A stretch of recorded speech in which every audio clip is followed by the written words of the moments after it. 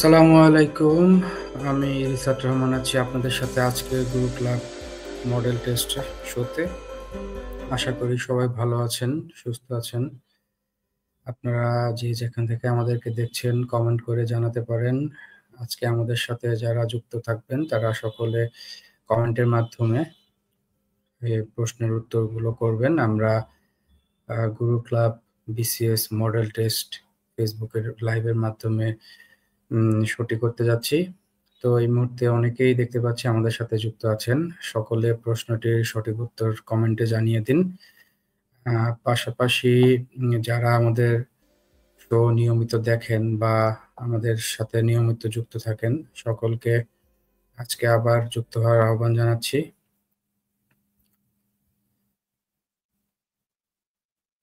আজকে আমাদের মডেল টেস্টের প্রথম প্রশ্ন আপনারা স্ক্রিনে দেখতে পাচ্ছেন। বাংলা সাহিত্যের প্রথম বিদ্রোহী কবি কে ছিলেন?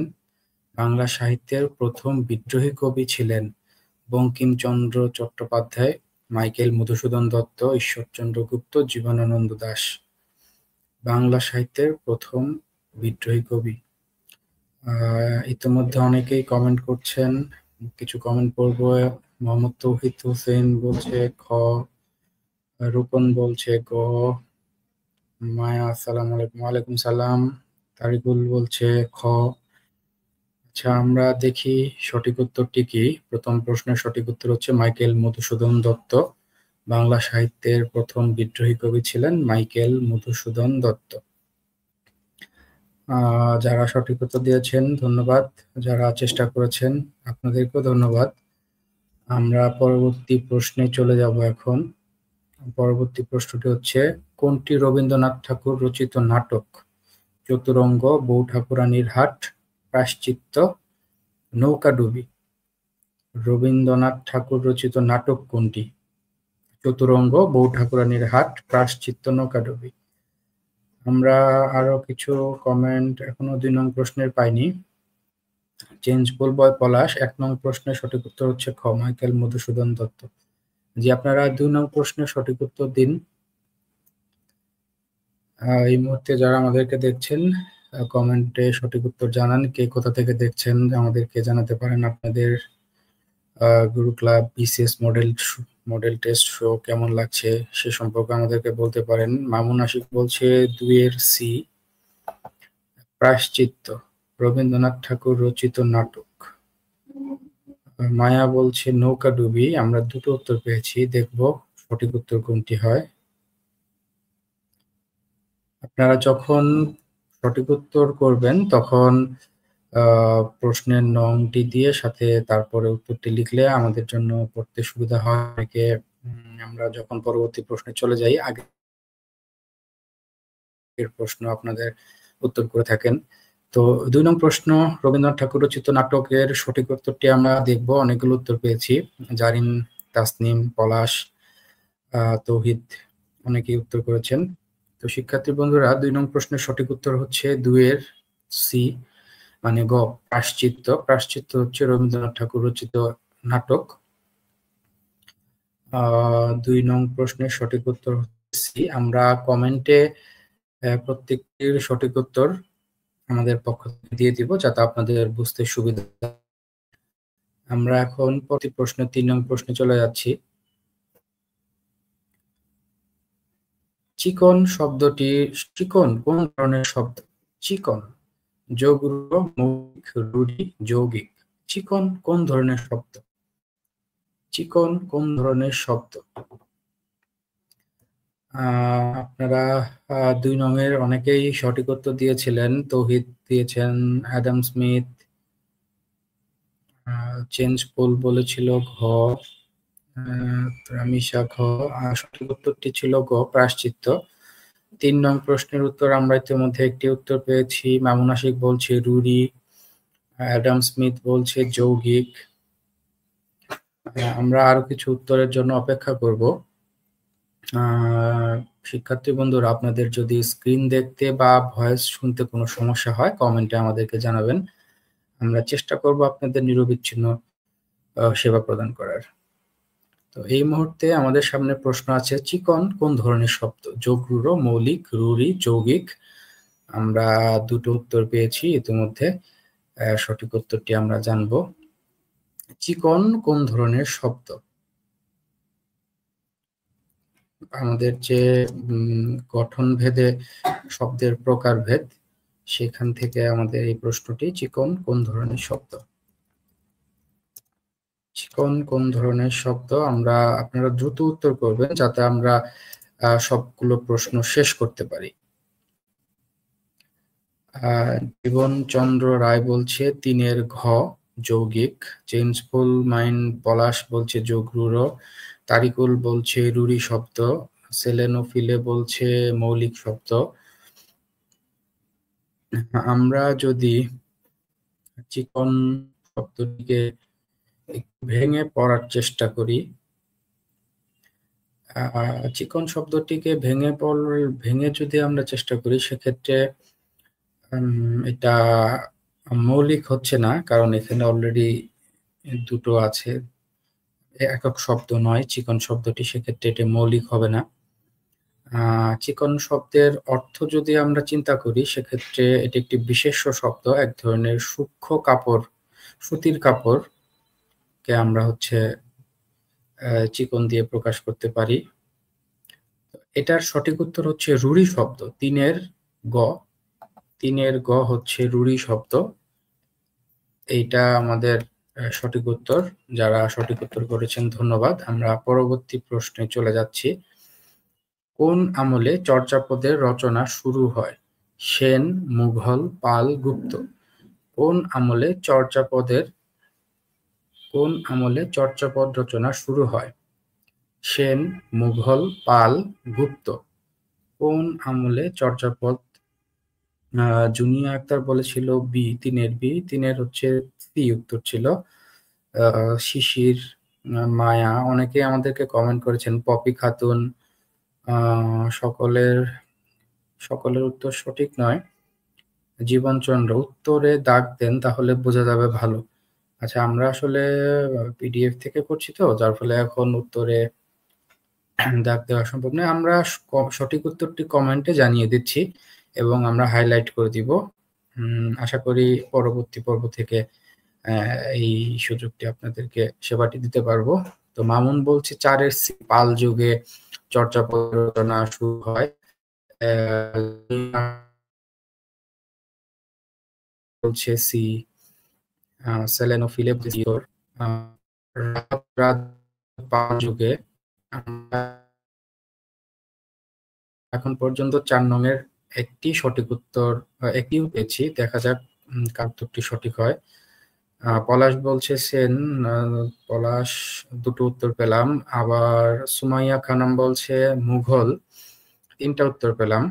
দেখা যাক সর্বশেষ পর্যন্ত আমরা কয়টি উত্তর পাই। শামীম রাজা বলছে পাল, তারিকুল বলছে পাল, তৌহিদ হাসান ভাই বলছে পাল, জুনিয়া আক্তার বলছে পাল। বেশিরভাগ উত্তর করছেন আপনারা পাল যুগে। আমরা সঠিক উত্তরটি দেখে নেব। জীবনচন্দ্র বলছে পাল যুগে। সঠিক উত্তর হচ্ছে কবিতা খন্দকার মিম, পাল যুগে। আমরা আজকে আমাদের অনেক নতুন নতুন পার্টিসিপেটর দেখতে পাচ্ছি। আপনাদেরকে সকলকে স্বাগতম আমাদের গুরু ক্লাব বিসিএস মডেল টেস্ট শোতে। আপনাদেরকে সাথে পেয়ে আমরা খুবই ভালো বোধ করছি। আমরা সঠিক উত্তরটি দেখে নেব। সঠিক উত্তর হচ্ছে পাল আমলে। এটাই সঠিক উত্তর। 4 নং প্রশ্নের সঠিক উত্তর, পাল আমলে চর্যাপদ রচনা শুরু হয়। Adam Smith. মোটামুটি প্রত্যেকেই 4 নং প্রশ্নের সঠিক উত্তরটি দিয়েছেন। সকলকে ধন্যবাদ। আমরা পরবর্তী 5 নং প্রশ্নে চলে যাচ্ছি। ডক্টর মোহাম্মদ শহীদুল্লাহর মতে চর্যাপদের পদ কয়টি? ডক্টর মোহাম্মদ শহীদুল্লাহর মতে চর্যাপদের পদ কয়টি? 51টি, 50টি, 46টি, 47টি। ডক্টর মোহাম্মদ শহীদুল্লাহর মতে চর্যাপদের পদ সংখ্যা কতটি? আমরা 4 নং প্রশ্নে বেশ ভালো মানুষের রেসপন্স পেয়েছি। আপনারা সকলে কমেন্ট করে আমাদেরকে জানিয়ে দিন আপনাদের দেওয়া উত্তর। গুরু ক্লাবের পক্ষ থেকে ফেসবুকে মডেল টেস্ট একটি ভিন্নধর্মী এই আয়োজন, যা শুধুমাত্র আপনাদের বিসিএস পরীক্ষার্থীদের কথা চিন্তা করেই। যেহেতু আমরা বইয়ের প্রতি আমাদের অনেক অনীহা চলে আসছে, বই পড়তে বসতে ভালো লাগে না, তো শুয়ে বসে থাকতে থাকতে হয়তো ফেসবুকে স্ক্রল করছেন, এই সময় আমাদের শোটি যদি আপনাদের সামনে আসে, হয়তো বা আপনি শুয়ে শুয়েই 10টি প্রশ্ন 20টি প্রশ্ন দেখে ফেললেন, আপনার একটা রিভিশন হয়ে গেল। তো 5 নং প্রশ্নের উত্তর আমরা এখন পেলাম একটি 50টি। পলাশ হচ্ছে বলছে 50টি। 5 নং রাহাতরাজ বলছে 46টি। আরো কিছু উত্তর আমরা হয়তো পাবো। আপনারা দ্রুত উত্তর করুন যাতে আমরা সবগুলো প্রশ্ন খুব দ্রুত গতিতে শেষ করতে পারি। তো তৌহিদ হাসান বলছে 50টি। আমরা আর 10 সেকেন্ডের মতো উত্তর নিব, এরপর আমরা সঠিক উত্তর জানিয়ে দেব। কবিতা বলছে 50টি, কবিতা খন্দকার মিম। চর্যাপদ সম্পর্কিত প্রশ্ন প্রত্যেকটি বিসিএস এ থাকেই, অবশ্যই থাকে, 3 থেকে 5 মার্ক পর্যন্ত থাকে। তো এটি একটি আপনাদেরকে খুব ভালোভাবে পড়তে হবে। আপনারা যারা চর্যাপদ পড়েছেন তারা আমাদের গুরু ক্লাব অ্যাপের যে টপিক ডিটেলস আছে সেখান থেকে পড়তে পারেন। সেখানে আমাদের চর্যাপদ সম্পর্কিত সব ধরনের তথ্য আপনাদের কম্পাইল করে দেওয়া আছে। আপনারা আশা করি আপনাদের খুবই কাজে দিবে। সুমাইয়া খানম বলছে 5 নং প্রশ্নের গ 46টি। জীবনচন্দ্র রায় বলছে 50টি। শামীম রেজা বলছে 50টি। সেলেনা ফিলো বলছে 50টি। তারিকুল বলছে 51টি। আচ্ছা, আমরা সঠিক উত্তরটি বলে দিচ্ছি। 5 নং প্রশ্নের সঠিক উত্তর হচ্ছে 5-এর খ, 50টি। ইসরাত জাহান সে সময়ে সঠিক উত্তর দিয়েছেন। শিশির সঠিক উত্তর দিয়েছেন। শামীম রেজা সঠিক উত্তর দিয়েছেন। স্যার একটু ফন্ট ফাস্ট করলে ভালো হয়। জি রাহাত, আমরা ফাস্ট করব। আমরা পরবর্তী প্রশ্নে চলে যাচ্ছি। 5 নং প্রশ্নের সঠিক উত্তর হচ্ছে 50টি। 6 নং প্রশ্নে আমরা আছি। 6 নং প্রশ্ন, বাংলাদেশের সংবিধানে কত নং অনুচ্ছেদে অবৈতনিক ও বাধ্যতামূলক শিক্ষার কথা বলা হয়েছে? বাংলাদেশের সংবিধানে কত নং অনুচ্ছেদে অবৈতনিক ও বাধ্যতামূলক শিক্ষার কথা বলা হয়েছে? অনুচ্ছেদ 20, অনুচ্ছেদ 17, অনুচ্ছেদ 21, অনুচ্ছেদ 22। বাংলাদেশের সংবিধানে কত নং অনুচ্ছেদে অবৈতনিক বাধ্যতামূলক শিক্ষার কথা বলা হয়েছে? আপনারা দ্রুত 6 নং প্রশ্ন উত্তর করুন। ইতোমধ্যে আমরা 6 নং প্রশ্নের 17, একজন ইসরাত জাহান বলছে 17টি, অনুচ্ছেদ 17। আপনারা দ্রুত উত্তর করুন। 6 নং প্রশ্নের উত্তর জীবনচন্দ্র রায় বলছে 17টি, 17 অনুচ্ছেদ। সুমাইয়া খানম 17 অনুচ্ছেদ। সকলেই বেশ সঠিক উত্তর দিচ্ছেন। 6 নং প্রশ্নের সঠিক উত্তর হচ্ছে 17 নং অনুচ্ছেদ। বাংলাদেশ সংবিধানের 17 নং অনুচ্ছেদে অবৈতনিক ও বাধ্যতামূলক শিক্ষার কথা বলা হয়েছে। 6-এর সঠিক উত্তর হচ্ছে গ। 6 নং প্রশ্নের সকলেই সঠিক উত্তর দিয়েছেন। আপনাদের সকলকে অসংখ্য ধন্যবাদ। আমরা 7 নং প্রশ্নে চলে যাচ্ছি। বেগম রোকেয়া পদক 2024 পেয়েছেন কতজন? বেগম রোকেয়া পদক 2024 পেয়েছেন কতজন? 2, 3, 4, 5। 2, 3, 4, 5। বেগম রোকেয়া পদক 2024 পেয়েছেন কতজন? 2 জন, 3 জন, 4 জন, 5 জন।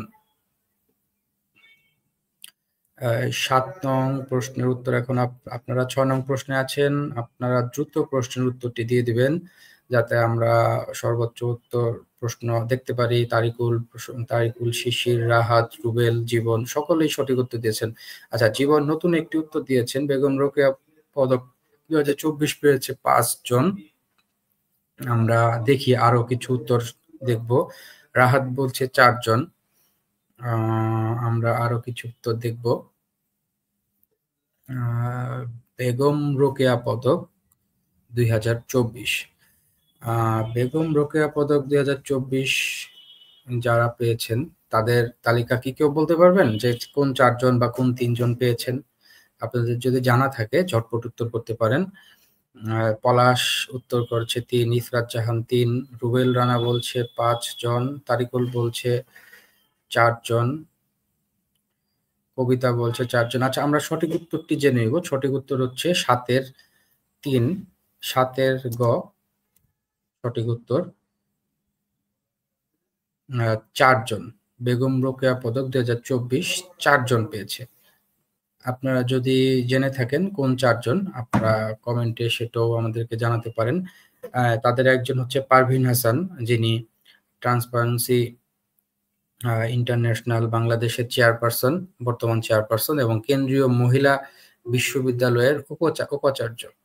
সেন্ট্রাল উমেন্স ইউনিভার্সিটি যে আছে তার ভাইস চ্যান্সেলর হচ্ছে পারভীন হাসান, ট্রান্সপারেন্সি ইন্টারন্যাশনালের চেয়ারপারসন একাধারে। তসলিমা আক্তার বাংলাদেশ শ্রমিক ও নারী অধিকার কর্মী এবং আলোকচিত্র শিল্পী। রানী হামিদ বাংলাদেশি দাবারু। শিরিন পারভীন হক নারী পক্ষের প্রতিষ্ঠাতা। এই 4 জন হচ্ছে বেগম রোকেয়া পদক 2024 পেয়েছেন। আমি নামগুলো আরেকবার বলছি। পারভীন হাসান, যিনি হচ্ছে ট্রান্সপারেন্সি ইন্টারন্যাশনাল টিআইবি এর বর্তমান চেয়ারপারসন এবং সেন্ট্রাল উমেন্স ইউনিভার্সিটির ভাইস চ্যান্সেলর। তাসলিমা আক্তার বাংলাদেশি শ্রমিক ও নারী অধিকার কর্মী এবং জনপ্রিয় আলোকচিত্র শিল্পী। রানী হামিদ বাংলাদেশের দাবারু। শিরিন পারভীন হক, তিনি হচ্ছে নারী পক্ষের প্রতিষ্ঠাতা। আমরা পরবর্তী প্রশ্নে চলে যাচ্ছি। অডিও ও ভিডিও কল সেবা প্রদানকারী স্কাইপের মালিকানা প্রতিষ্ঠান কোনটি? স্কাইপের মালিকানা প্রতিষ্ঠান কোনটি? মেটা, অ্যাপল, মাইক্রোসফট, স্যামসাং। স্কাইপের মালিকানা প্রতিষ্ঠান কোনটি? জীবনচন্দ্র রায় বলছে ব্যাখ্যা সহ তুলে ধরুন। জি, আমরা চেষ্টা করব গুরুত্বপূর্ণ প্রশ্নগুলোর ব্যাখ্যা সহ তুলে ধরার। 8 নং প্রশ্নটি আপনাদের সামনে এখন আছে। স্কাইপের মালিকানা প্রতিষ্ঠান কোনটি? আপনারা দ্রুত উত্তর করবেন। আপনাদের কাছে অনুরোধ থাকবে আপনারা দ্রুত উত্তর করবেন যেন আমরা আজকে সর্বোচ্চ সংখ্যক প্রশ্নের উত্তর করতে পারি। ইসরাত জাহান বলছে মাইক্রোসফট। আমরা আরো কিছু উত্তর ঝটপট আপনারা উত্তর করুন। আপনারা যারা আমাদের সাথে যুক্ত আছেন সকলকে আমি সকলের প্রতি কৃতজ্ঞতা জানাচ্ছি এবং ধন্যবাদ জ্ঞাপন করছি। আপনারা দ্রুত আমাদেরকে সঠিক উত্তরগুলো দিন। স্কাইপের মালিকানা প্রতিষ্ঠান, তারিকুল বলছে 8 এর ক মাইক্রোসফট। আমরা একটি উত্তর এখন পর্যন্ত পেয়েছি মাইক্রোসফট, ভিন্ন কোনো উত্তর পাইনি। দেখা যাক শেষ পর্যন্ত কি হয়। রুবেল রানা বলছে মাইক্রোসফট। আমরা উত্তরটি হয়তোবা আর 10 সেকেন্ডের মধ্যে নিয়ে নিব। সেলেনোফিলে বলছে Microsoft. Anila Akter Microsoft. Adam Smith Microsoft. Kabita Khandaker Microsoft. আপনাদের সকলের উত্তর সঠিক হয়েছে। স্কাইপের মালিকানা প্রতিষ্ঠান আসলে মাইক্রোসফট। 8 নং এর সঠিক উত্তর হচ্ছে গ। ধন্যবাদ সবাইকে। আমরা পরবর্তী প্রশ্নে যাচ্ছি। বিশ্ব বন্যপ্রাণী দিবস পালিত হয় কবে? 3 মার্চ, 4 মার্চ, 5 মার্চ এবং 6 মার্চ। বিশ্ব বন্যপ্রাণী দিবস কবে? এটা আমাদের মার্চ মাসে রিসেন্টলি দিবসটি উদযাপিত হয়েছে। বিশ্ব বন্যপ্রাণী দিবস কবে পালিত হয়? 3 মার্চ, 4 মার্চ, 5 মার্চ এবং 6 মার্চ। সঠিক উত্তরটি দিতে হবে। দ্রুত আপনারা 9 নং প্রশ্নের উত্তরটি করে ফেলুন। বিশ্ব বন্যপ্রাণী দিবস কবে? 3, 4, 5, 6 মার্চের মধ্যে কোন দিন বিশ্ব বন্যপ্রাণী দিবস? বিশ্ব বন্যপ্রাণী দিবস। আপনাদেরকে যদি আমি হিন্টস দেই, সেটা হচ্ছে এই বছরে বিশ্ব বন্যপ্রাণী দিবস সোমবার ছিল। তো এখন চিন্তা করেন কবে ছিল। দেখা যাক আপনারা সঠিক উত্তর এখন দিতে পারেন কিনা। সোমবার ছিল, মার্চ মাসের সোমবার।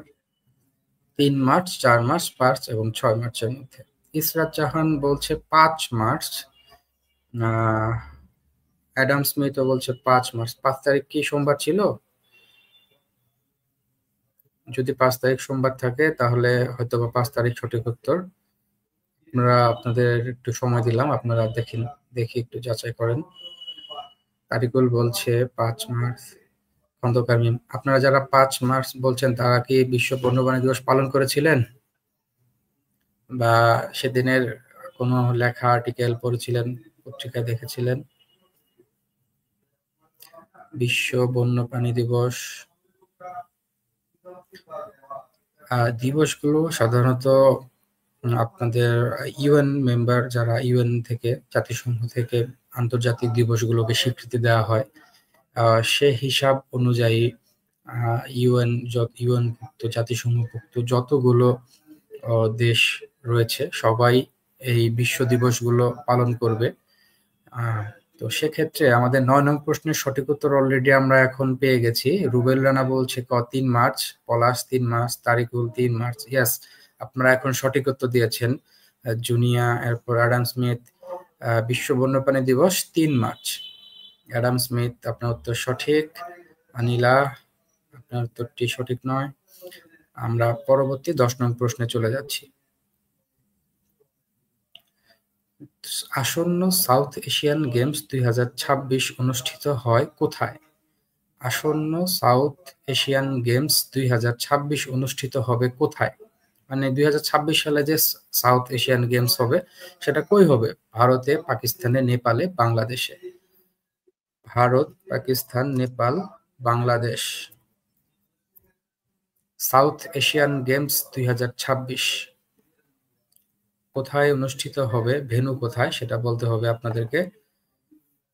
South Asian games 2026, south Asian games 2026 কোথায় অনুষ্ঠিত হবে? 2026 সালের সাউথ এশিয়ান গেমস কোথায় অনুষ্ঠিত হবে?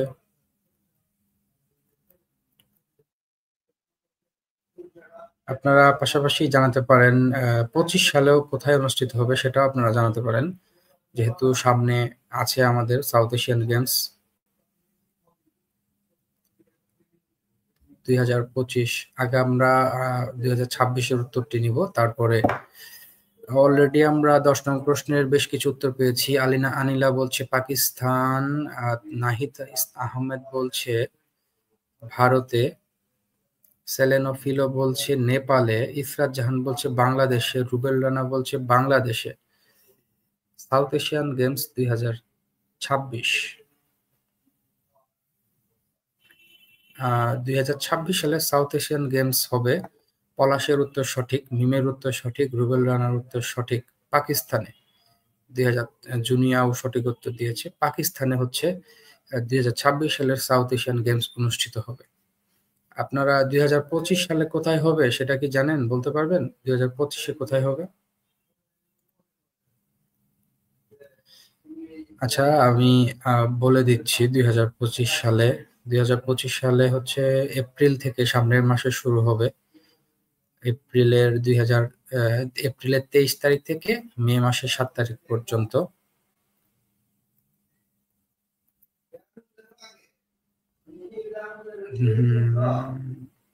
সাউথ এশিয়ান গেমস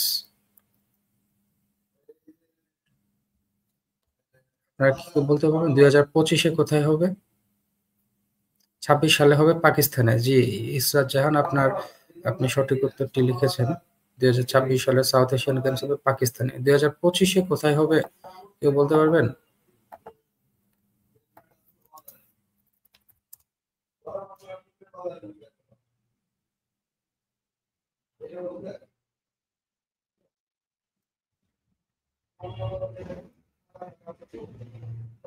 আচ্ছা, আমি আপনাদেরকে একটু কারেকশন দিচ্ছি।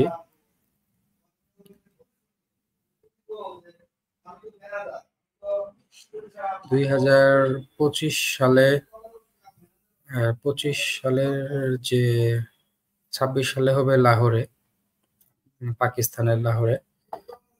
25 সালের গেমসটি পিছিয়ে আসলে 2026 সালে অনুষ্ঠিত হবে।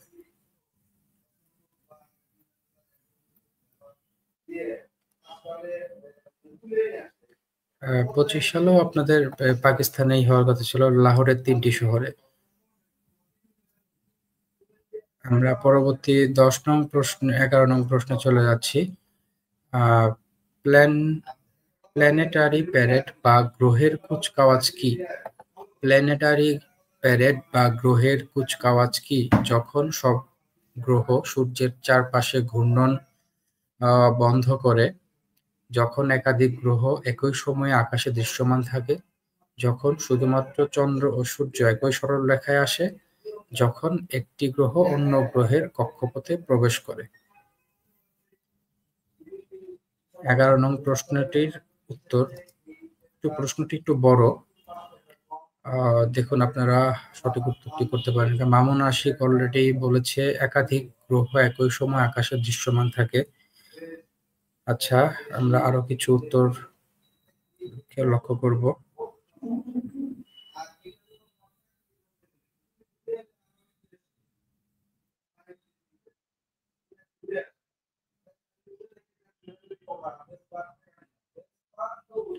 প্ল্যানেটারি প্যারেড বা গ্রহের কুচকাওয়াজ কি? প্ল্যানেটারি প্যারেড বা গ্রহের কুচকাওয়াজ কি? যখন সব গ্রহের সূর্যের চারপাশে ঘূর্ণন বন্ধ করে, একাধিক গ্রহ একই সময় আকাশে দৃশ্যমান থাকে, যখন শুধুমাত্র চন্দ্র ও সূর্য একই রেখায় থাকে, আবার যখন একটি গ্রহ অন্য গ্রহের কক্ষপথে প্রবেশ করে। Planetary parade.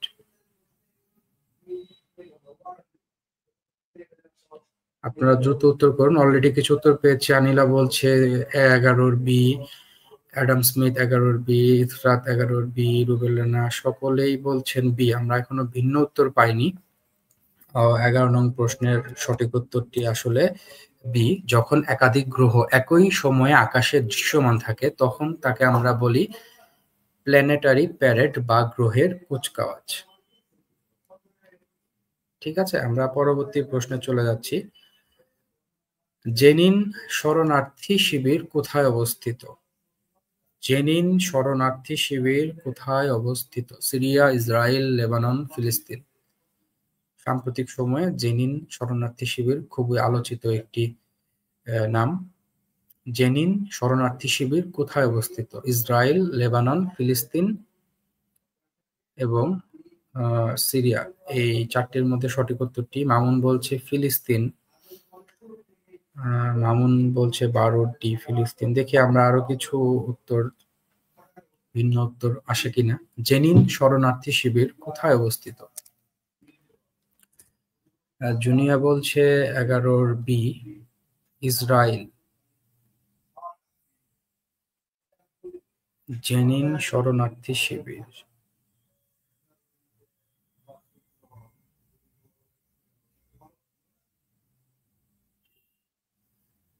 আচ্ছা, আমি আর বেশ কিছু উত্তর পেয়েছি। ইসরায়েল বলছে কেউ, কেউ বলছে ফিলিস্তিন। পলাশ ইসরাত জাহান বলছে ফিলিস্তিন। জেনিন শরণার্থী শিবির, জেনিন শরণার্থী শিবিরে ইসরায়েল 2025 সালের 21শে জানুয়ারি পশ্চিম তীর থেকে জেনিন শরণার্থী শিবিরে আক্রমণ করে। রানা বলছে ডি, আনিলা বলছে ডি। তুল কালাম এবং তুবাস প্রদেশে এই আক্রমণটি করে, জেনিন শরণার্থী শিবিরের আক্রমণটি হয়। এটি হচ্ছে তাহলে উত্তর আমাদের দাঁড়াচ্ছে ফিলিস্তিন। সঠিক উত্তর ফিলিস্তিন। জেনিন শরণার্থী শিবির ফিলিস্তিন অবস্থিত। 2025 সালের জানুয়ারি মাসের 21 তারিখে ইসরায়েল এই শিবিরে আক্রমণ করে। আমরা পরবর্তী প্রশ্নে যাচ্ছি। এক্স এর মাধ্যমে সর্বোচ্চ কত অক্ষরের বার্তা প্রদান করা যায়? এক্স এর মাধ্যমে সর্বোচ্চ কত অক্ষরের বার্তা প্রদান করা যায়? এক্স বলতে আপনারা অবশ্যই ইতিমধ্যে বুঝে ফেলেছেন যে সাবেক টুইটার, বর্তমান এক্স, ইলন মাস্কের এক্স। এখানে আপনারা সর্বোচ্চ কত অক্ষরের বার্তা প্রদান করতে পারেন? 180, 220, 280, কোনটি নয়। 12 নং প্রশ্নের অনেকেই সঠিক উত্তর, প্রায় সকলেই সঠিক উত্তর দিয়েছেন। কবিতা, জুনিয়া। 13 নং প্রশ্নের উত্তর আমরা মামুন আশিক বলছে সি, তৌহিদ হোসেন বলছে সি 280 অক্ষর। কাউসার বলছে 180 অক্ষর। 13 নং প্রশ্নের উত্তর আমরা আরো কিছু আপনারা দ্রুত কমেন্ট করে আমাদের জানিয়ে দিন। 13 নং প্রশ্নে এক্স এর মাধ্যমে আপনারা যে বার্তাগুলো প্রেরণ করতে পারেন সেখানে সর্বোচ্চ কত অক্ষর বিশিষ্ট হতে পারে? রুবেল রানা বলছে সি। আমরা অলরেডি দুটো উত্তর পেয়েছি। কাউসার বলছে 180 অক্ষর, বাকিরা বলছে 280 অক্ষর। দেখা যাক কার উত্তরটি সঠিক হয়। আমরা দেরি না করে সঠিক উত্তরটি দেখে নিব। সঠিক উত্তর হচ্ছে 13 সি 280 অক্ষর। 280 অক্ষর 280 অক্ষরের সর্বোচ্চ 280 অক্ষর দিয়ে এক্সে খুদে বার্তা পাঠানো যায়। কবিতা খন্দকার বলছে সি। জুনিয়া বলছে এ। সঠিক নয় জুনিয়া। যারা উত্তর 280 বলেছেন তাদের উত্তরটি সঠিক। আমরা পরবর্তী 14 নং প্রশ্ন হচ্ছে বন্দি শিবির থেকে কাব্যগ্রন্থটি রচয়িতা কে? বন্দি শিবির থেকে কাব্যগ্রন্থটির রচয়িতা কে? এইখানে একটু আমাদের টাইপিং মিস্টেক হয়েছে, রচয়িতা হয়েছে, এটা হবে রচয়িতা। বন্দি শিবির থেকে কাব্যগ্রন্থটি কে লিখেছেন? শামসুর রহমান, আহমেদ সফা, আবুল কালাম, শমশের আলী। বন্দি শিবির থেকে কে লিখেছেন? 14 নং প্রশ্নের উত্তর মামুন বলছে ক শামসুর রহমান। বন্দি শিবির থেকে খুব আলোচিত একটি কাব্যগ্রন্থ। বন্দি শিবির থেকে কাউসার বলছে ক শামসুর রহমান। অ্যাডাম স্মিথ বলছে ক শামসুর রহমান। রুবেল রানা বলছে শামসুর রহমান। বন্দি শিবির থেকে কে লিখেছেন? বন্দি শিবির থেকে কাব্যগ্রন্থের রচয়িতা কে? বন্দি শিবির থেকে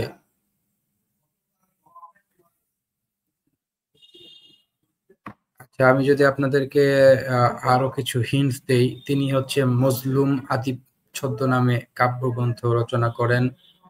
কবি হিসেবে তার ব্যাপক সমাদৃতি আছে। 1972 সালে বন্দি শিবির থেকে রচিত বন্দি শিবির থেকে হচ্ছে স্বাধীনতা যুদ্ধের আবেগ ও প্রত্যাশা প্রাধান্য পেয়েছে বন্দি শিবিরে।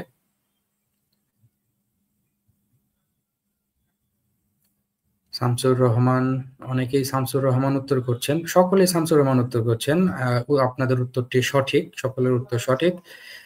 রুবেল রানা, আনিলা, তরিকুল, কবিতা, জুনিয়া, ইসরাত, সকলের উত্তর সঠিক। বন্দি শিবির থেকে কাব্যগ্রন্থের রচয়িতা শামসুর রহমান। শামসুর রহমানের প্রথম কাব্যগ্রন্থ ছিল প্রথম গান, দ্বিতীয় মৃত্যুর আগে। প্রকাশিত হয় 1960 সালে। পরবর্তীতে বন্দি শিবির থেকে মুক্তিযুদ্ধ ভিত্তিক একটি কাব্যগ্রন্থ। এ সময় তিনি কবি হিসেবে খ্যাতি লাভ করেন এটি লেখার মাধ্যমে, এবং তিনি মজলুম আদিব ছদ্মনামে কাব্য রচনা করতেন। আমরা পরবর্তী প্রশ্নে যাচ্ছি। 15 নং প্রশ্ন। সিএমইউই 5 এর ল্যান্ডিং স্টেশন কোথায়? সিএমইডব্লিউই এর ল্যান্ডিং স্টেশন কোথায় অবস্থিত? কক্সবাজার, পটুয়াখালী, বাগেরহাট, চট্টগ্রাম। সিএমইউই এর 5 এর ল্যান্ডিং স্টেশন কোথায়? আপনাদের সিএমইডব্লিউই সম্পর্কে কি কেউ কি পূর্ণরূপটি বলতে পারবেন, যে এটার পূর্ণরূপ কি বা কেন এটি ব্যবহার করা হয়? 15 প্রশ্ন। মামুন বলছে পটুয়াখালী ল্যান্ডিং স্টেশন। মেহেরপুর, গাংনী, 15 ক। তরিকুল।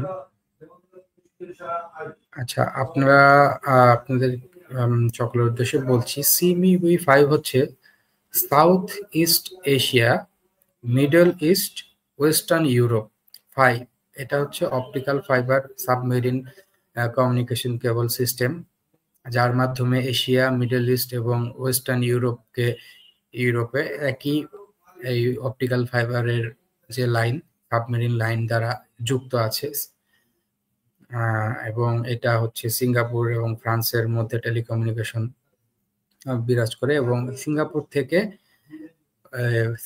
থেকে ফ্রান্স পর্যন্ত যে লাইনটা আছে, সিঙ্গাপুর হয়ে সাউথ ইস্ট এশিয়া হয়ে বাংলাদেশের উপর দিয়ে মিডল ইস্ট হয়ে একদম ওয়েস্টার্ন ইউরোপ ফ্রান্স পর্যন্ত এই লাইনটি পৌঁছে গেছে, যার দৈর্ঘ্য প্রায় 20,000 কিলোমিটার। এখানে 17টি দেশের মধ্য দিয়ে এই লাইনটি গেছে। এটার বাংলাদেশে হচ্ছে ল্যান্ডিং পয়েন্ট কুয়াকাটা।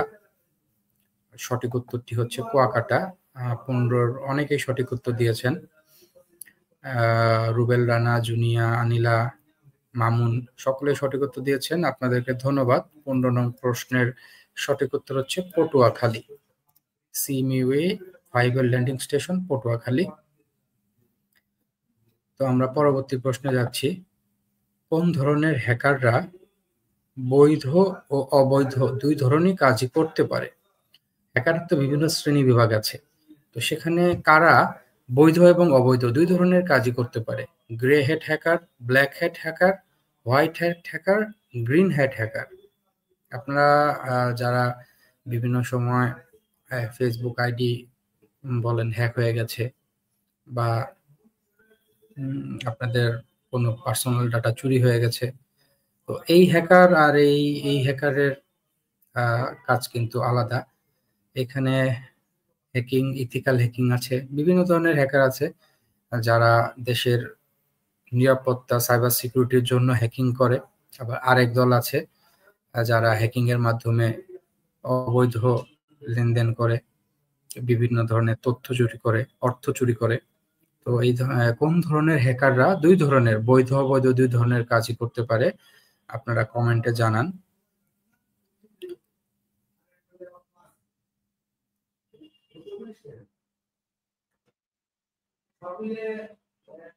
কোন ধরনের হ্যাকাররা দুই ধরনের কাজই করে? আমরা 16 নং প্রশ্নের অনেকে, জুনিয়া এর আগে বলছিলেন সিমিউইনের 15টি দিয়েছিলেন, ধন্যবাদ জুনিয়া আক্তার, আপনার 15টি সঠিক হয়েছে। 16 নং প্রশ্ন বলছে green hat hacker. Tarikul, Adams বলছে গ্রে হেড, কবিতা বলছে গ্রিন হেড, তাওহিদ বলছে গ্রে হেড, আনিলা বলছে গ্রে হেড। আমরা সঠিক উত্তরটি দেখব, ব্ল্যাক হেড হ্যাকার। আপনারা আপনাদের এখনো সঠিক উত্তর আমি 16 নং প্রশ্নের কাউরি পাইনি। দেখা যাক। 16 নং প্রশ্নের সঠিক উত্তর হচ্ছে হোয়াইট হ্যাট হ্যাকার, 16 সি। 16 নং প্রশ্নের সঠিক উত্তর হচ্ছে হোয়াইট হ্যাট হ্যাকার।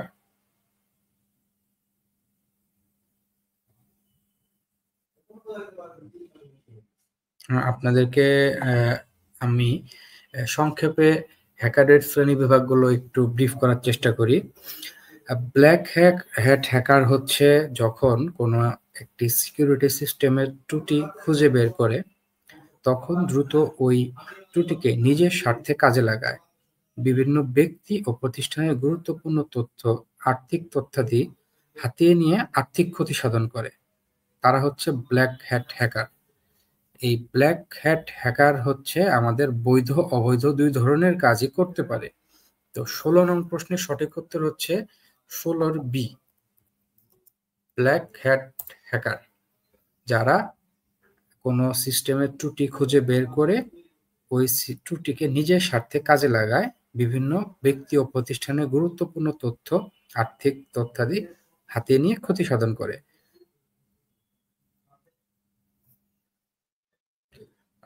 দুঃখিত, আমার একটু ভুল হয়েছে। 16 নং প্রশ্নের সঠিক উত্তর হচ্ছে grey head hacker.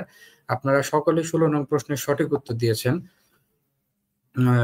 Grey head hacker বৈধ অবৈধ দুই ধরনের কাজই করতে পারে। একজন গ্রে হেড হ্যাকার সিকিউরিটি সিস্টেমের ত্রুটিগুলো খুঁজে বের করে তখন সে তার মন মতো কাজ করে এবং নেটওয়ার্কের দুর্বলতা খুঁজে বের করে তা যথাযথ কর্তৃপক্ষকে অবহিত করে এবং দুর্বল দিকগুলোকে ঠিক করার মাধ্যমে নেটওয়ার্কের সুরক্ষার জন্য অর্থ উপার্জন করে। তো আপনারা মায়া, জুনিয়া, ইসরাত, সেলেনোফিলে, আনিলা, তৌহিদ, তারপর মামুন, আপনারা সকলে সঠিক উত্তর দিয়েছেন।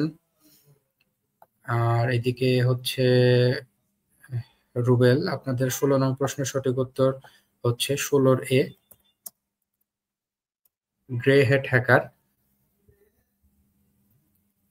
যারা বৈধ অবৈধ দুই ধরনের কাজই করে। আর হোয়াইট হ্যাট হ্যাকার যারা আছে তারা সিকিউরিটি সিস্টেমের ত্রুটিগুলো বের করে ওই সিকিউরিটি সিস্টেমের মালিককে দ্রুত অবহিত করে। তো আমরা পরবর্তী প্রশ্নে চলে যাচ্ছি। 17 নং, জাতীয় প্রাথমিক শিক্ষা একাডেমি ন্যাপ কোন জেলায় অবস্থিত?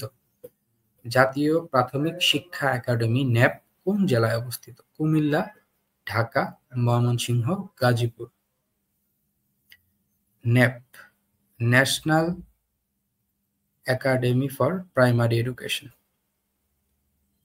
জাতীয় প্রাথমিক শিক্ষা একাডেমি। 16 নং বলছে ইসরাত জাহান বলছে ময়মনসিংহে, মামুন আশিক বলছে ময়মনসিংহে। শিক্ষার্থী বন্ধুরা, আমরা আমাদের আর কয়েকটি প্রশ্ন বাকি আছে, আমরা সঠিক উত্তরটি ঝটপট দেখে নেব। সঠিক উত্তর হচ্ছে ময়মনসিংহ। 17 নং প্রশ্নের সঠিক উত্তর, ময়মনসিংহ জেলায় জাতীয় প্রাথমিক শিক্ষা একাডেমি অবস্থিত। এটি 1978 সালে মৌলিক শিক্ষা একাডেমি নামে প্রতিষ্ঠিত হয়েছিল। এরপর 1985 সালে এর নাম পরিবর্তন করে জাতীয় প্রাথমিক শিক্ষা একাডেমি রাখা হয়। একাডেমিতে প্রাথমিক শিক্ষা সংশ্লিষ্ট শিক্ষক, কর্মকর্তা ও কর্মচারীদের প্রশিক্ষণ প্রদান করা হয়। এছাড়া প্রাথমিক সমাপনী পরীক্ষার প্রশ্নপত্র প্রণয়নের দায়িত্ব থাকে এই ন্যাপের উপরে। এটি ময়মনসিংহ শহরের Gohailkandi college road rail crossing সংলগ্ন স্থানে অবস্থিত। মায়া, ইয়াকুব আলী, কবিতা, জুনিয়া, আপনারা সকলেই সঠিক উত্তর দিয়েছেন, আপনাদের সকলকে অসংখ্য ধন্যবাদ। আমরা 18 নং প্রশ্নে চলে যাচ্ছি। 2025 সালে বিজ্ঞান ও প্রযুক্তিতে অবদান রাখা 21 পদক পেয়েছেন কে? 2025 সালে বিজ্ঞান ও প্রযুক্তিতে অবদান রাখায় 21 পদক পেয়েছেন কে? 2025 সালে বিজ্ঞান ও প্রযুক্তিতে অবদান রাখায় 21 পদক পেয়েছেন কে? আজিজুর রহমান, শহীদুল আলম, মেহেদী হাসান খান, মোহাম্মদ ইউসুফ চৌধুরী।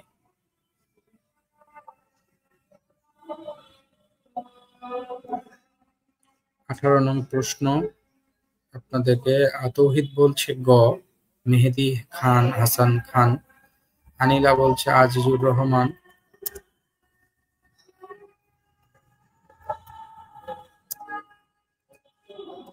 আমরা সঠিক উত্তরটি খুব জলদি জেনে নিব। 18 নং প্রশ্নটির সঠিক উত্তর আপনারা জলদি কমেন্টে জানান।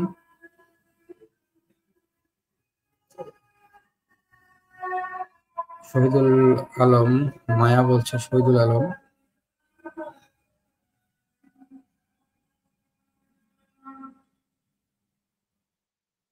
সাফিয়া খাতুন বলছে শহীদুল আলম।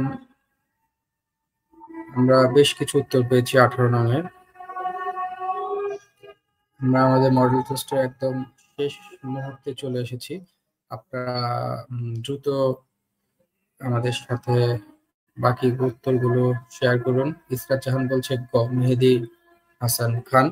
জি, ইসরাত জাহান এবং তৌহিদ হোসেন, আপনাদের উত্তর সঠিক। মেহেদী হাসান খান অভ্র কিবোর্ডের প্রতিষ্ঠাতা। তিনি 2025 সালে 21 পদক পেয়েছেন বিজ্ঞান ও প্রযুক্তিতে অবদান রাখার জন্য। পরবর্তীতে তিনি তার যে সহ-প্রতিষ্ঠাতা ছিল আরো 3 জন, তাদের জন্য তিনি আবেদন করেন যে তিনি এককভাবে পুরস্কারটি গ্রহণ করবেন না, তিনি তার টিমকে সাথে নিয়ে পুরস্কারটি গ্রহণ করতে চান। তখন বাংলাদেশ সরকার থেকে যৌথভাবে মেহেদী হাসান ও তার 3 জন বন্ধুকে, মোট 4 জনকে 2025 সালে 21 পদক, বিজ্ঞান ও প্রযুক্তি ক্যাটাগরিতে 21 পদক দেওয়া হয়। সঠিক উত্তর হচ্ছে 18 নং প্রশ্নের গ। আমরা পরবর্তী প্রশ্নে চলে যাচ্ছি। উত্তরা গণভবন কোথায় অবস্থিত? উত্তরা গণভবন কোথায় অবস্থিত? রংপুর, ঢাকা, নাটোর, গাজীপুর। উত্তরা গণভবন কোথায় অবস্থিত? রংপুর, ঢাকা, নাটোর, গাজীপুর। উত্তরা গণভবন সম্পর্কে প্রচুর প্রশ্ন। এই প্রশ্নটি অনেক অনেকবার বিভিন্ন পরীক্ষায় এসেছে, প্রায় সময়ই আসে। উত্তরা গণভবন কোথায় অবস্থিত? ইসরাত জাহান বলছে নাটোরে, সাফিয়া খাতুন বলছে নাটোরে। দেখা যাক আর কি কেউ সঠিক উত্তর বা কি উত্তর দেয়। দর্শক, এই মুহূর্তে আপনাদেরকে আমি একটি মেসেজ পৌঁছে দিতে চাই আমাদের গুরু ক্লাবের পক্ষ থেকে ৪৭তম বিসিএস পরীক্ষার জন্য। ৪৭তম বিসিএস পরীক্ষার জন্য গুরু ক্লাব কর্তৃক ৪৭ কনফার্ম ইঞ্জিন নামে একটি কোর্স চালু করেছে, যেখানে আপনি ৪৭টি পরীক্ষা পাশ করলে ইনশাল্লাহ আপনি বিসিএস ৪৭তম বিসিএস এর প্রিলিতে পাশ করতে বা উত্তীর্ণ হতে পারবেন বলে আমরা আশা করছি। কারণ এই ৪৭টি পরীক্ষাতে প্রথম পরীক্ষা উত্তীর্ণ করতে পারলেই শুধুমাত্র আপনি দ্বিতীয় পরীক্ষাতে অংশগ্রহণ করতে পারবেন। এইভাবে একে একে আমাদের ৪৭টি কার্ডের মাধ্যমে সাজানো হয়েছে, যার নাম দিয়েছি আমরা ৪৭তম বিসিএস কনফার্ম ইঞ্জিন। তো আপনারা আমাদের গুরু ক্লাব অ্যাপটি দেখে আসতে পারেন। অ্যাপটি ইনস্টল করলে আপনারা দেখবেন ৪৭তম বিসিএস এর এই কনফার্ম ইঞ্জিন কোর্সটি আছে, যেখানে আপনারা কিছু আমাদের গুরু ক্লাব অ্যাপ ইনস্টল করার পর আপনারা ৫০০ হার্জ ফ্রি পান। সেটা দিয়ে আপনারা অ্যাপটি ট্রায়াল করতে পারেন, দেখতে পারেন যদি আপনাদের ভালো লাগে কিনা। ও আমরা আশা করছি আপনাদের অবশ্যই ভালো লাগবে। আপনাদের বিসিএস পরীক্ষার্থীদের জন্য খুব গুছিয়ে এই কোর্সটি চালু করা হয়েছে, যেখানে টপিক ডিটেলস পাবেন। টপিক ডিটেলসে আপনার সব ধরনের তথ্য সেখানে পাবেন, যার ফলে আপনাকে বাজারের এত এত বই পড়তে হবে না। সবগুলো বইয়ের একটি জিস্ট বা ডিটেলস বা যাই বলেন, সবগুলো বইয়ের বা সব তথ্যের একটা কম্পাইলেশন এখানে আছে, যার ফলে টপিক ডিটেলস থেকে আপনারা সর্বোচ্চ প্রস্তুতি নিতে পারবেন। একই সাথে আপনারা পরীক্ষাগুলো অংশগ্রহণ করার মাধ্যমে, প্রত্যেকটি পরীক্ষা পাশ করার মাধ্যমে পরবর্তী ধাপে যেতে পারবেন। আমাদের যে ৫০০ হার্স আপনারা ওয়েলকাম বোনাস পাবেন, সেটি দিয়ে আপনারা ট্রায়াল করতে পারবেন। আশা করি আপনাদের ভালো লাগবে আমাদের এই ৪৭তম বিসিএস পরীক্ষার্থীদের জন্য যে কোর্সটি। এছাড়া আমাদের কিউআর কোড থেকে স্ক্যান করে আপনারা গুরু ক্লাব অ্যাপ নামিয়ে নিতে পারবেন, বা গুগল প্লে স্টোরে গুরু ক্লাব লিখে সার্চ দিলে আপনারা শুরুতেই অ্যাপটি পেয়ে যাবেন। আপনাদের সকলকে এই অ্যাপটি ব্যবহারের জন্য আমি আমন্ত্রণ জানাচ্ছি। আশা করি আপনাদের ভালো লাগবে। আর অ্যাপে বিভিন্ন ধরনের ফিচার্স আছে, গেমস সেকশন আছে, প্র্যাকটিস সেকশন আছে। প্র্যাকটিস সেকশন নিয়ে আমাদের শো হয় প্রতিদিন দুপুরে। গেমস সেকশন নিয়ে আমাদের কুইজ শো হয়। আমরা এই রমজান মাস উপলক্ষে আমাদের সময়গুলো একটু কনজাস্টেড হয়ে গেছে। আমরা পরবর্তীতে এই সময়গুলো আরো একটু বড় পরিসরে করার চেষ্টা করব, যেহেতু আমাদের সিয়াম সাধনার মাস, পাশাপাশি নামাজ থাকে, তারাবি থাকে। তো এই জন্য এখনো আমাদের মডেল টেস্টগুলো আমরা ২০টি করে প্রশ্ন নিচ্ছি।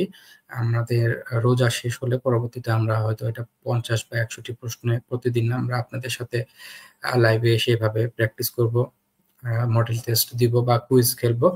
তো এই ছিল আমাদের ৪৭তম বিসিএস এর আপনাদের জন্য যে কোর্স। আপনারা এখানে লিঙ্ক থেকে ডাউনলোড করে নিতে পারেন। এখন আমরা আজকের পরবর্তী প্রশ্ন আমরা দেখি। ১৯ নং প্রশ্নের সঠিক উত্তর হচ্ছে নাটোর। জি তরিকুল ভাই, আপনি নাটোর লিখছেন। নাটোরে ১০০ নাটোরে। জি, আপনার উত্তর সঠিক। সকলের উত্তরই সঠিক। এখানে সবাই সঠিক উত্তর দিয়েছেন। মামুন, অ্যাডাম, তরিকুল, আনিলা, সাহাবুদ্দিন, জুনিয়া, তৌহিদ হাসান, সকলেই প্রশ্নটি সঠিক উত্তর দিয়েছেন, কারোরই মিস হয়নি। সাফিয়া খাতুন, কবিতা, মিম। তো আপনাদেরকে ধন্যবাদ। আমরা পরবর্তী আজকের আমাদের শেষ প্রশ্নে চলে যাচ্ছি। বর্তমানে বাংলাদেশে কত ধরনের বিদ্যালয়ের মাধ্যমে সরকারি প্রাথমিক শিক্ষার চাহিদা পূরণ করে চলছে। আচ্ছা, প্রশ্নটা যদি আমি একটু আপনাদেরকে সহজ করে বলি, প্রাথমিক শিক্ষার চাহিদা পূরণে বর্তমানে বাংলাদেশে কত ধরনের বিদ্যালয় রয়েছে?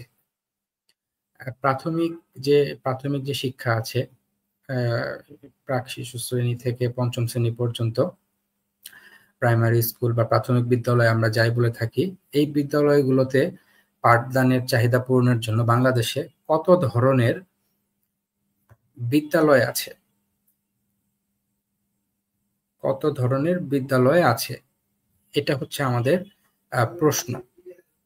আমি আপনাদের যতগুলো ধরন আছে সবগুলো ধরনের নাম এই প্রশ্নের শেষে আপনাদেরকে বলে দিব। আবার কবে লাইভ ক্লাস হবে? তরিকুল ভাই, লাইভ ক্লাস হবে হচ্ছে আজকে রাত 10টায় লাইভ ক্লাস। আপনি আমাদের গুরু ক্লাব ফেসবুক পেজের পিন পোস্ট দেখতে পারেন, ওইখানে আমাদের রুটিন দেওয়া আছে লাইভ ক্লাস এবং এক্সামের। একদিন লাইভ ক্লাস হয় এবং পরের দিন এক্সাম হয়। আমাদের আজকের লাইভ ক্লাস আছে এবং আগামীকালকে এক্সাম আছে রাত 10টায়। আপনি চাইলে সেখানেও অবশ্যই অংশগ্রহণ করতে পারেন। আমাদের সম্মানিত 36তম বিসিএস এর একজন শিক্ষক মোস্তাফিজুর রহমান স্যার, তিনি ক্লাস নেন। আশা করি আপনাদের ভালো লাগবে, বা আমাদের পেজ থেকে আপনি বিগত ক্লাসগুলো দেখে নিতে পারেন, আমাদের পেজে আপলোড করা আছে। হাবিব বলছে 13 ধরনের, ইসরাত জাহান বলছে 11 ধরনের, সেলেনোফিলে বলছে 11 ধরনের, হাবিব 11 ধরনের, মামুন বলছে 20-এর 11 ধরনের, তরিকুল বলছে 15, কবিতা 11 ধরনের, হাবিব বলছে 11 ধরনের। আচ্ছা, আমরা দুটো উত্তর পেয়েছি। এটি একটি ভিন্ন ধরনের প্রশ্ন, হয়তো বেশিরভাগ মানুষই জেনে থাকবেন, বা যারা জানেন না তারা আজকে জেনে যাবেন। বর্তমানে বাংলাদেশে প্রাথমিক বিদ্যালয়ের শিক্ষার চাহিদা পূরণে 11 ধরনের বিদ্যালয় কাজ করছে। সঠিক উত্তর হচ্ছে 11 ধরন। 20 নং প্রশ্নের সঠিক উত্তর 20-এর বি, 11 ধরন। আমি এখন আপনাদেরকে এই 11 ধরনের নামগুলো বলবো, আপনারা এই মনোযোগ সহকারে শুনতে পারেন। এক নং হচ্ছে সরকারি প্রাথমিক বিদ্যালয়, যেটা হচ্ছে প্রধান। পরবর্তীতে রেজিস্টার্ড বেসরকারি প্রাথমিক বিদ্যালয় আছে, কিছু রেজিস্টার্ড বেসরকারি প্রাথমিক বিদ্যালয় আছে। তারপর হচ্ছে রেজিস্টার্ড নয় এমন বেসরকারি প্রাথমিক বিদ্যালয়ও আছে। এরপর 4 নং হচ্ছে মাধ্যমিক বিদ্যালয় সংশ্লিষ্ট প্রাথমিক বিদ্যালয়, মানে 6 থেকে 10 বা এসএসসি পর্যন্ত যে মাধ্যমিক বিদ্যালয়গুলো আছে, বা কিছু কিছু ক্ষেত্রে ক্লাস 3 থেকে বা 4 থেকে থাকে, তো এই ধরনের মাধ্যমিক বিদ্যালয়ে সংশ্লিষ্ট কিছু প্রাথমিক বিদ্যালয় থাকে। ইবতেদায়ী মাদ্রাসা লেভেলের ইবতেদায়ী যে থাকে সেখানে আছে। তারপর দাখিল মাদ্রাসা এবং সংশ্লিষ্ট ইবতেদায়ী মাদ্রাসা। ইবতেদায়ী বলতে বোঝানো হয় প্রাথমিক ক্লাস 5 পর্যন্ত, যে 5 এর যে সমাপনীটা, সেটা মাদ্রাসা সেকশন ইবতেদায়ী বলা হয়। তো এটা। এরপর এনজিও স্কুল, যেমন ব্র্যাক স্কুল, মজার স্কুল, এরপর হচ্ছে এরকম আরো কিছু আছে, জাগো ফাউন্ডেশন, এই ধরনের কিছু স্কুল আছে এনজিও স্কুলের মাধ্যমে।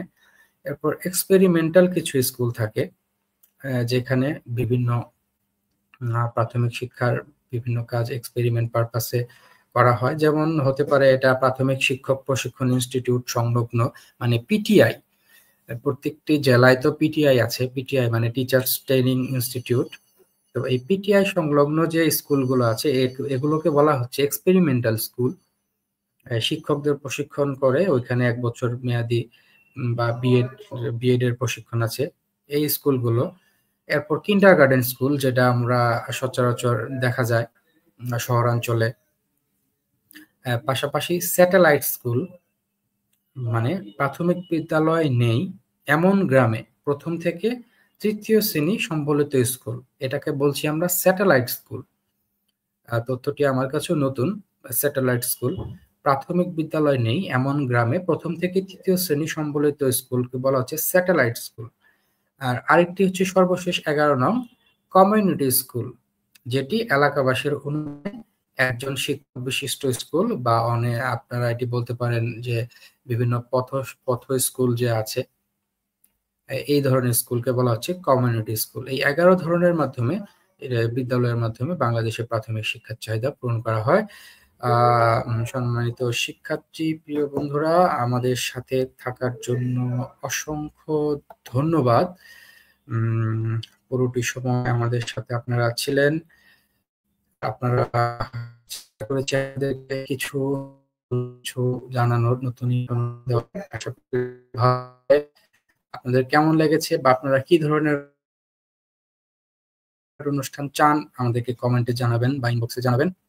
ক্লাব মানেই বিসিএস মানে গুরু ক্লাব। আপনারা এই অ্যাডভান্স কোর্সে জয়েন করবেন।